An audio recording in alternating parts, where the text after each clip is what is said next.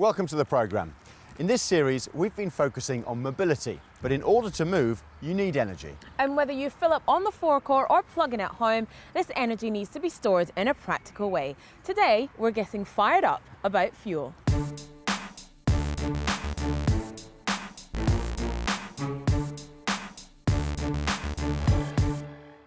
Biodiesel, hydrogen, LPG, petrol, ethanol. Sometimes the range of fuels coming to market can seem dizzying, but this just reflects the amount of work gone into sourcing alternative ways of powering our planet. Here at Cambridge University, like at universities all over the world, subjects as diverse as chemistry, biology and mathematics are being employed to help us seek new ways to make mobility sustainable. In today's episode, we'll take a look at some of the winners and losers in the fuel race and at some of the more surprising new technologies to help ignite the imagination. So, Afia, what are today's burning issues? Coming up. We recycle bottles, cardboard and paper, so why not carbon? There's probably some in your tank already, but there might be more soon. We take a look at the research breaking down biofuel barriers and a town that could be setting hydrogen alight.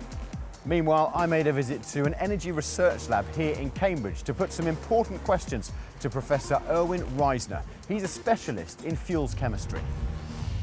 Energy is available in many different forms: kinetic, potential, thermal, chemical, radiant and even elastic. But the form we use to store up power for our transportation system is mainly chemical in the form of fuel and potential in the form of electrical energy. So let's take a look at some of the issues sparking up the debate. In 2015, the world energy balance showed road transport being by far the main oil-consuming sector, with other fuels still playing a very marginal role. Bioenergy was seen as a vital pillar of achieving COP21 goals, with the International Energy Agency expecting it to provide nearly 17% of final energy demand in 2060. In 2015, it had reached just 4.5%. IEA member governments spent $16.6 billion on research and development on energy research in 2016, but that figure has fallen from $19.4 billion in 2012 and continues to fall. Hydrocarbons remain a key component in most of the fuels we use, despite their contribution to climate change. But what if we could recycle the carbon in hydrocarbons? Our first trip is to China to see a facility that hopes to make that a reality. China's industrial complexes have often been the source of poor air quality and smog, but this plant in Tangshan City in China's Hebei province hopes to reverse some of that. It is to be the location of a very modern type of alchemy, one turning big industries' waste gases into fuel using a special microbe called an astagen. The ability to consume gases for biology is thought to have been one of the first biological processes on Earth. This is the process that the very first microbes are thought to have used to allow them to live and grow.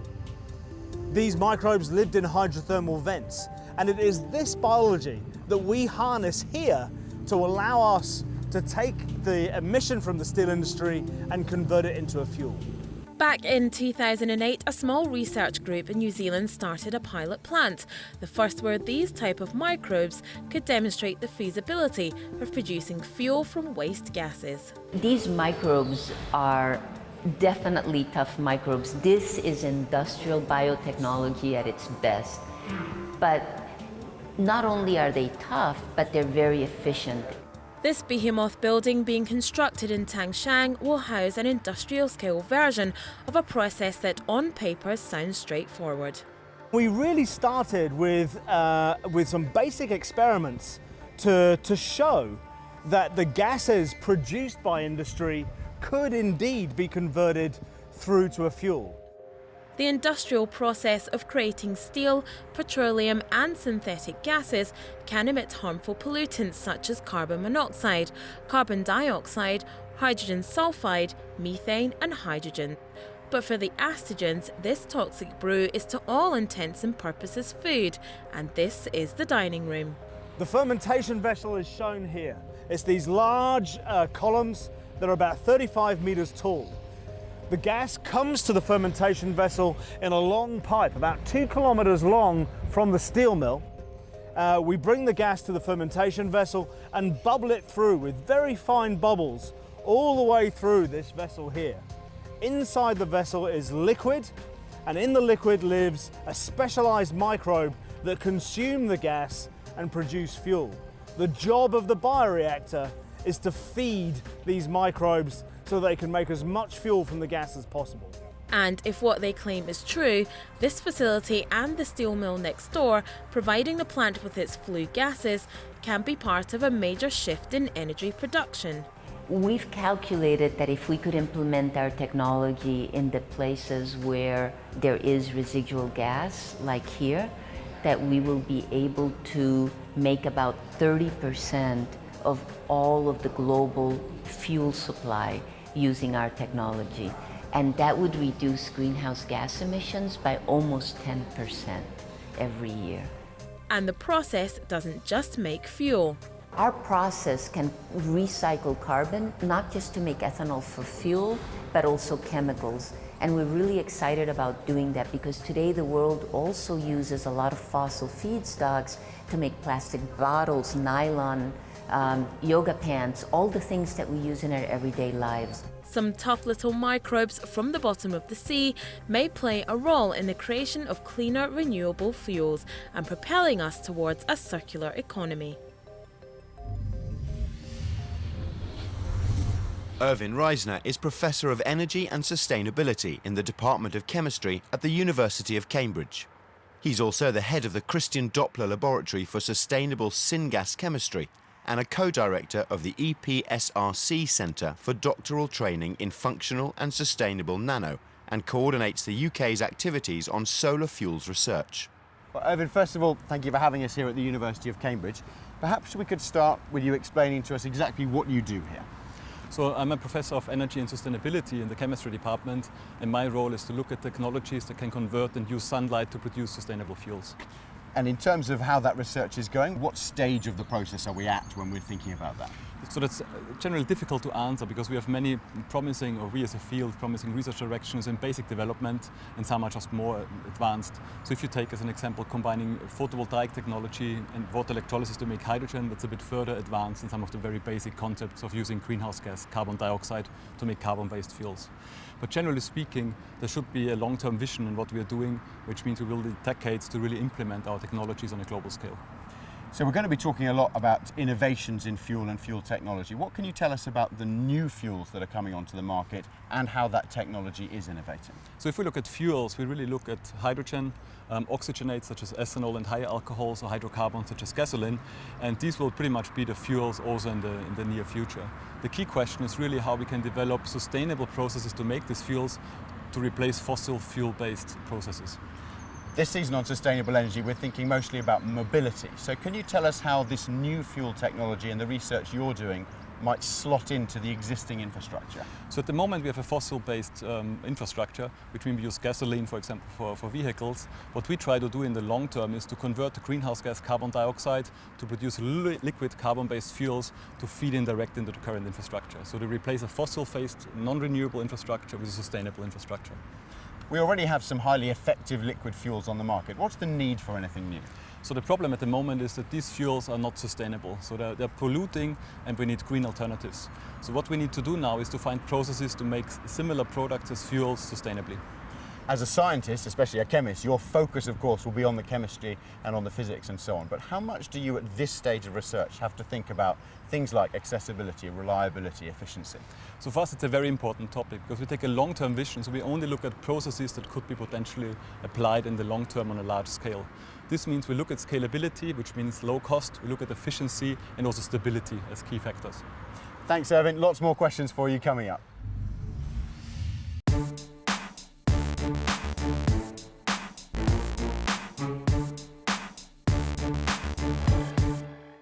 Biofuel gave the promise of a renewable fuel that could fit into existing distribution systems. Businesses and governments embraced it quickly, but the love affair seems to have cooled off a little. We travelled to the USA to visit a facility trying to reignite the attraction. Colorado is one of the sunniest places in the USA, which might be why it was chosen as a location for the US's prestigious National Renewable Energy Laboratory. The NREL is the only federal lab dedicated to the research, development of renewable energy and energy efficiency technologies. Here at National Renewable Energy Laboratory, we investigate the biochemical and thermochemical conversion of biomass to fuels and chemicals. On the biochemical side, we look at organisms, enzymes, to develop a real cost-effective selective process for biomass to fuels and chemicals.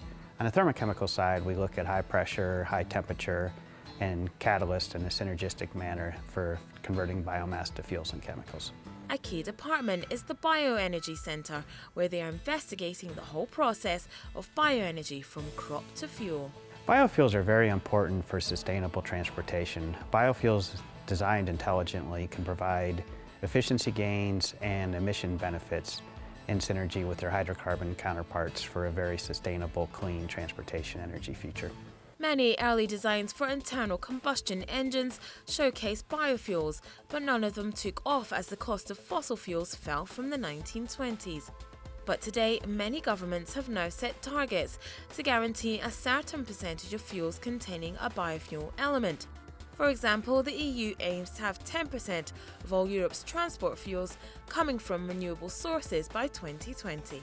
But the rollout has not been straightforward. The main hindrances to the progress of second-generation biofuels has been the underlying science and technology to make them efficient as well as high yields and cost-effective. Falling oil prices in the past few years may have led to a slowdown in biofuel expansion, as well as something called the ethanol blend wall. The ethanol blend wall represents the amount of ethanol we can blend into gasoline without coming up against regulatory limits. So in the US, it's been sitting at 10% by volume ethanol for some time. It's regulated by both the EPA for emissions purposes, both from the tank and out the tailpipe, and it's also regulated in the auto industry where they need to be able to design and warrant their engines to run off of a fuel that contains ethanol. Raising that percentage from 10% can be done, but there are real technical challenges.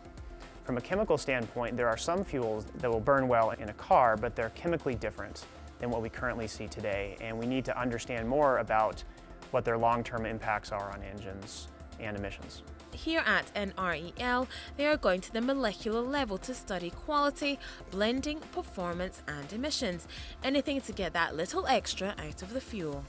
One of the teams here is working on what they call high-octane biofuels. High-octane biofuels are like any biofuel. They come from biomass and renewable content.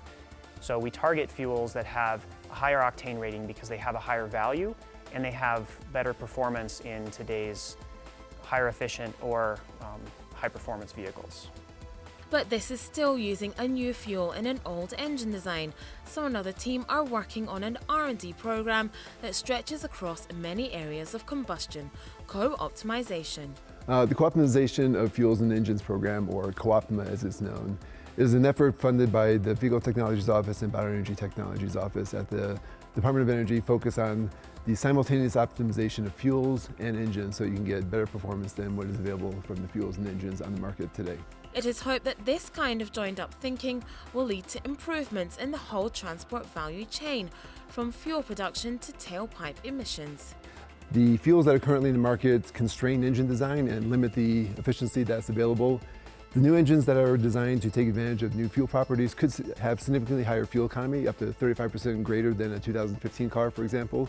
All of which may provide comfort for Rudolf Diesel, whose groundbreaking engine shown at the Paris World Fair in 1900 ran on peanut oil. Let's talk about biofuels, Erwin, because over the last few years there's been a lot of publicity, government incentives, a lot of hope for biofuels, but none of it really seems to have come to fruition. Biofuels are an important part of the energy mix, but there are also limitations. So let's take a good example like Brazil, where we can have sugarcane to produce bioethanol. And this works particularly well because there's low population density in Brazil, plus sugarcane is an attractive, efficient crop, and also climate. In the Northern Hemisphere, it's much more complicated because if we look at corn, for example, in the US or soybeans in Europe, we get much less energy out of these beans. We have high population density, so it's overall more difficult to implement this in the market. Obviously, in order to make biofuels, we need land, but agriculture needs land as well. Where's the balance? So an attractive scenario is to use the crops for food production and the waste products to produce biofuels. And currently, how realistic is it to be using the waste products from food production for new fuels? So it is realistic, and there's very successful and promising work happening at the moment to really use the waste, the lignocellulosic waste in particular, and convert it into hydrogen and other fuels. At the moment, it seems like a lot of the new fuel technology is trying to be adapted to engines that exist already. How much should we be changing engines to adapt to new fuel technology instead? So engines can generally be adapted. If we look at Brazil, you can buy flexible vehicles, go to your gas station and put in your tank anything from pure gasoline to pure bioethanol and any mixture thereof. So it's possible with certain legislation to implement this.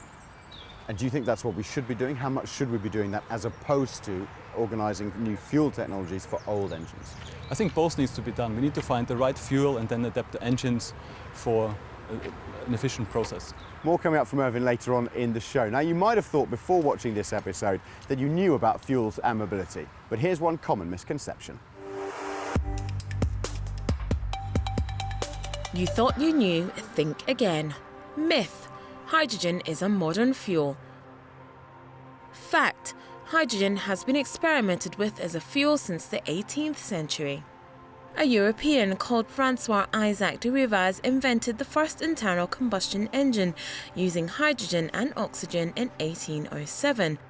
Today, scientists have tamed the huge power of this fuel into the hydrogen fuel cell, a device generating electrical power through a much more efficient chemical reaction than plain combustion. This, paired with the possibilities of producing more hydrogen through sustainable sources such as wind and solar, means today's hydrogen fuel cell cars should have a brighter future than Francois-Isaac de Rivaz's prototype vehicle, which was not a commercial success.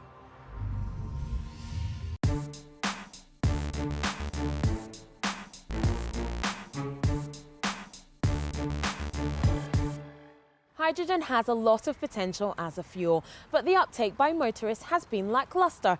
One of the main reasons, a lack of infrastructure. But we visited a town in the UK where they're trying to ignite more interest.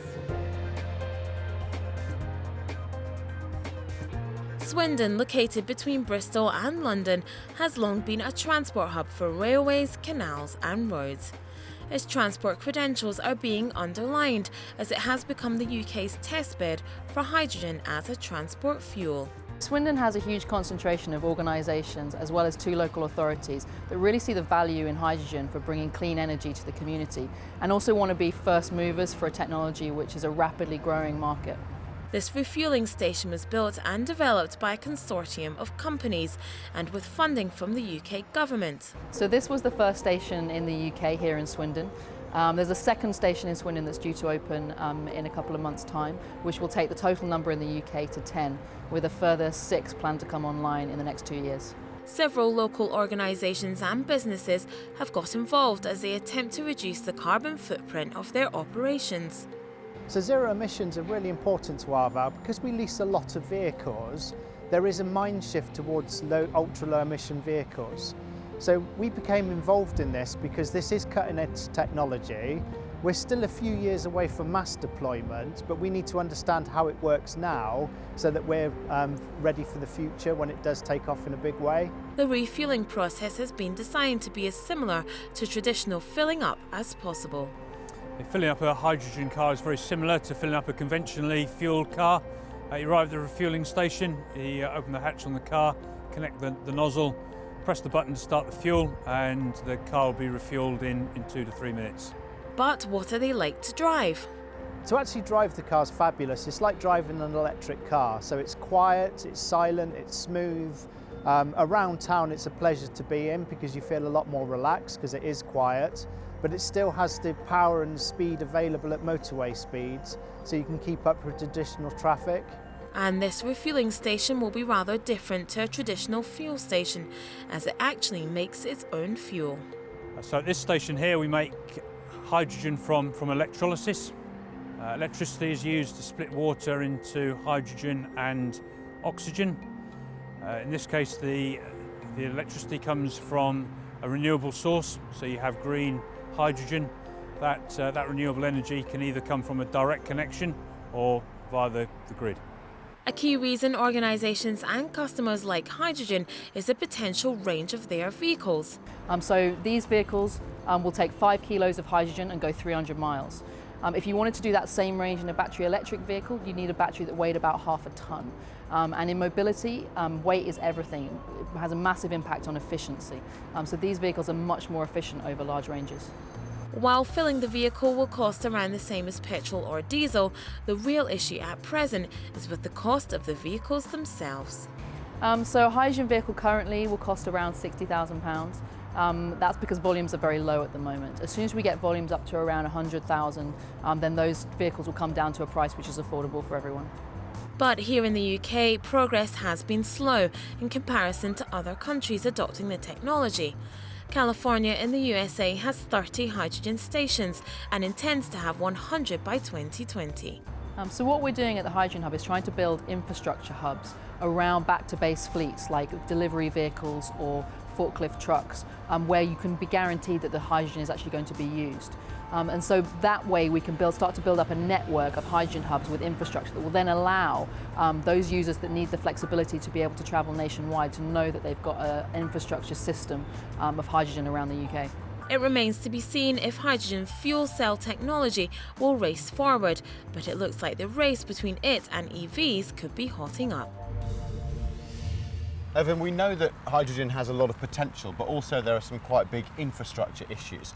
What's your take on hydrogen as a fuel for mobility? So hydrogen is a very promising fuel, but as you're saying, there are also limitations. One issue is that we have to rebuild or build a lot of infrastructure. So hydrogen gas stations need to be built, we need to bring in much more hydrogen cars, but all of this is progressing at the moment. So if you take the European Union, it is currently developing the hydrogen highway system within continental Europe, which allows you to drive very easily between different countries and cities. How realistic is hydrogen as a clean, efficient, reliable replacement for petrol or diesel? So producing hydrogen with solar power is very attractive because it really gives you clean hydrogen. But at the moment, 96% of hydrogen we are using is produced from fossil fuels, so it's not clean. So it's very important to develop technologies that allow us this transition to go from fossil-derived to clean and renewable hydrogen. And do those technologies exist already? Are they being developed? What stage of realism are we at? So we have very mature technologies in place already, like water electrolysis, where you take water and separate it into hydrogen and oxygen. So you could just combine this technology, for example, with wind farms, where you have excess electricity to make hydrogen, or you combine it with solar parks to make hydrogen. New technologies are also being developed. Given everything that we've discussed, Irvin, what are the roles of the government, of policymakers, of the public, of the world of science in making these things achievable? So everyone plays a key role. If I take me as a scientist, it's our job to provide new concepts, new possibilities, and develop proof of principle systems to show what is possible in the long term. Then it's up to the government to provide incentives. There's taxation, there's legislation that can be brought in to favor renewable research. And of course industry also to take it on board, help academics and research and develop these processes. And of course the general public to accept and be open and also play a role in energy conservation and take up new renewable opportunities. And finally, Evan, I'm just interested to know what you think is a realistic time frame for the application of the research that you're doing. The implementation is progressing already. So we see hydrogen vehicles coming on the street with the electric vehicles, but if we want to transform the whole global landscape entirely, this will be decades. So we talk about using, at the moment, small laboratory systems and really spreading them out in large factories, using it on off-grid applications. So I would say 2015 is a realistic scenario for a global change if the support is provided by government and industry. Evan, it's been fascinating talking to you. Thank you so much and good luck with the rest of your research. My pleasure, thank you. Well, there's plenty to get fired up about there. The types and sources of our fuels are changing, and in many ways we're replicating what nature does already. Next time we're going to have a change in gear and start to focus on what we put that fuel into, engines, and how they're changing to help make energy more sustainable. And if this episode has sparked your imagination and you've got a question for our expert in fuel, then please get involved on our Twitter account at CNBC Energy using the hashtags AskSE and Sustainable Energy. Well, we've emptied the tank for this episode, so until next time, keep thinking green. Goodbye.